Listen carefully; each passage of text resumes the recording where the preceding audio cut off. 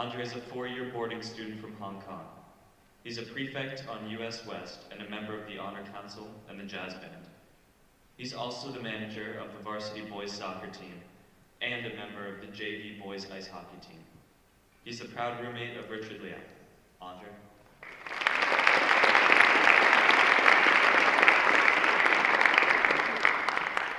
Thank you, Anders. Good morning. One of life's greatest questions was asked me by Mr. Jones in my third form eudaimonia class. What animal am I? It was a simple question, just looking for a simple answer. Just asking for an animal that matched my characteristics, my strengths, and my views on the world. I believe that every person has an answer to this question. For example, some people are penguins because they are chilled and laid back. Some people are golden retrievers because they are loyal and friendly. Some people are ants because they are hardworking and industrious. Yet at the time, I struggled to find my own answer to this question. But finally, I found it. Y'all ready for this? I am a cockroach.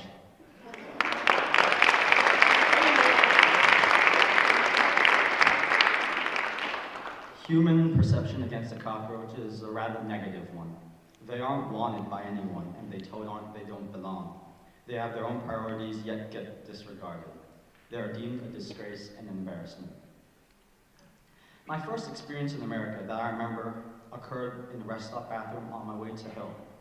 After doing my business, I turned around, I opened the stall door, and came face to face with a tall and big-bearded man. Stared at me, slit his eyes, and said, "You don't belong here," before walking away. For those of you who don't know what he did, that action represents Asian eyes. As I learned from Mr. Yinger's environmental science seminar class, which is a class I believe everyone here should take, our eyes have evolved to be smaller and more acute in size to combat the high altitudes and the blistering winds of where we're from. However, this also leads us to be discriminated against by how we look and where we're from.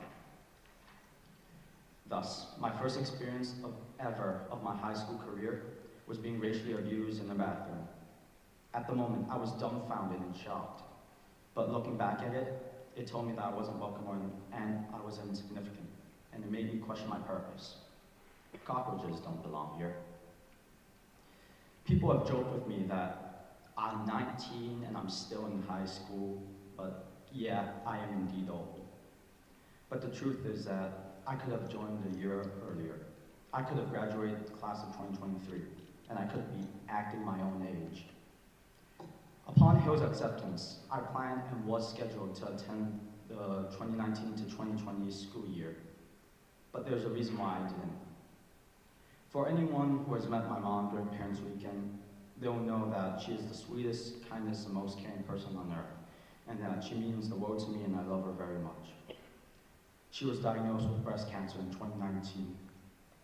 Seeing her suffer and go through this hurt, seeing her in pain and knowing that there was nothing that I could do to help her hurt me. But what hurt me the most was the fact that I didn't know when it would be the last time I'd ever see her. So, I chose to give up the opportunity to attend Hill to take care of my mom and to be by her side and to try again next year, or the year later. Thankfully, my mom is fully recovered and is healthy once again. And I'm also grateful that I'm standing here today, having gotten a second chance to attend the Hill School. Yet, despite these personal triumphs, people have told me that I made a mistake in putting her before myself. And sometimes I question, did I make the right decision? During December, college decisions for the early decision period came out, and some students received good news, like my good friend Evan's son, who's sitting somewhere over there, while others didn't. I fell into the latter category regarding my application to Cornell. Cornell wasn't just my dream school. It was also the school where my brother went to. Similarly, he graduated from the Hill School in 2018. He achieved great things during his time here. The countless amounts of Arabic and Latin medals, the jazz band awards, and the fencing trophies that surrounded the walls of my home constantly reinforced this idea. But with the rejection from Cornell, I failed to live up to the expectations that he had set. Not only that, My Hill career has also seemed like a disappointment compared to his, with less academic and athletic achievements compared to him. No matter what I tried to do, it seemed like he was always better, and the gap between my brother and I seemed to grow wider. I felt like a failure, having failed to achieve anything close to what he had said.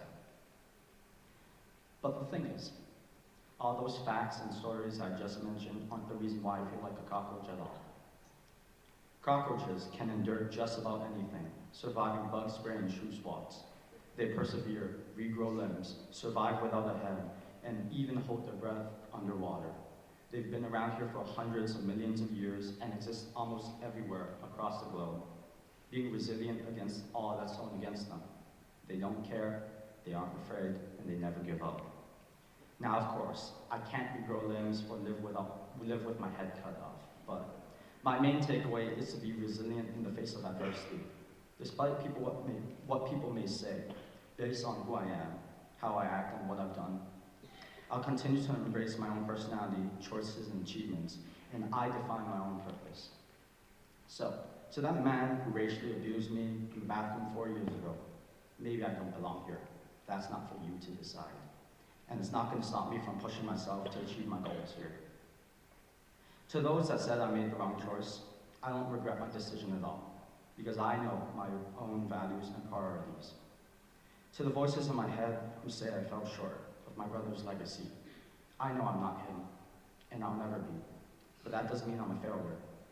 It just allows me another path, to have another path to build my own greatness. And to Cornell University, you believe that I wasn't good enough, and that's okay. It doesn't define me, and I'll move on with my life. I'm going to be honest with y'all. I'm scared of jumping into the depth, and there are 3 reasons why.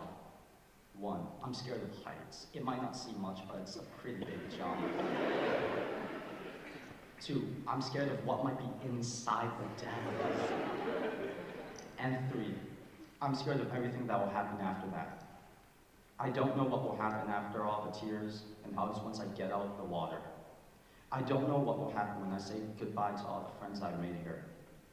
I don't know what will happen once I fly back to Hong Kong. I don't know what will happen when I go to college or get a job or shock horror finally grow up.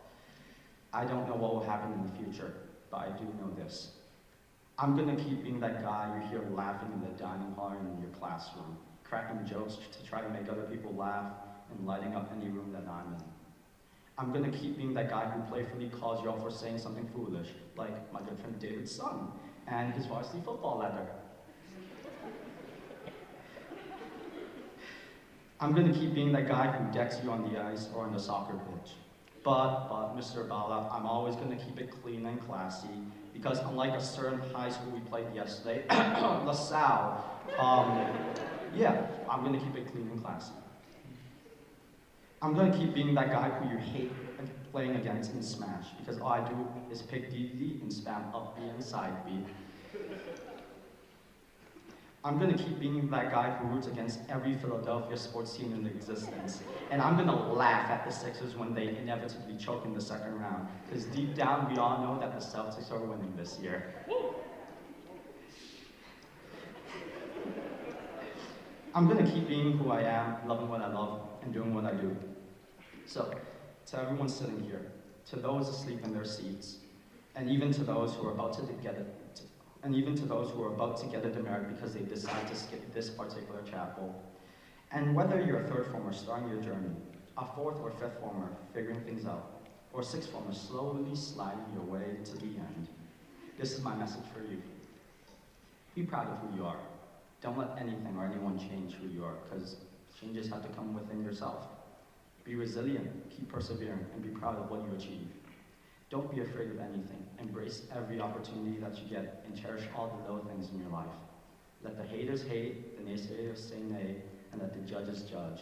No matter what happens, stay true to yourself. And most importantly of all, be a cockroach. Thank you.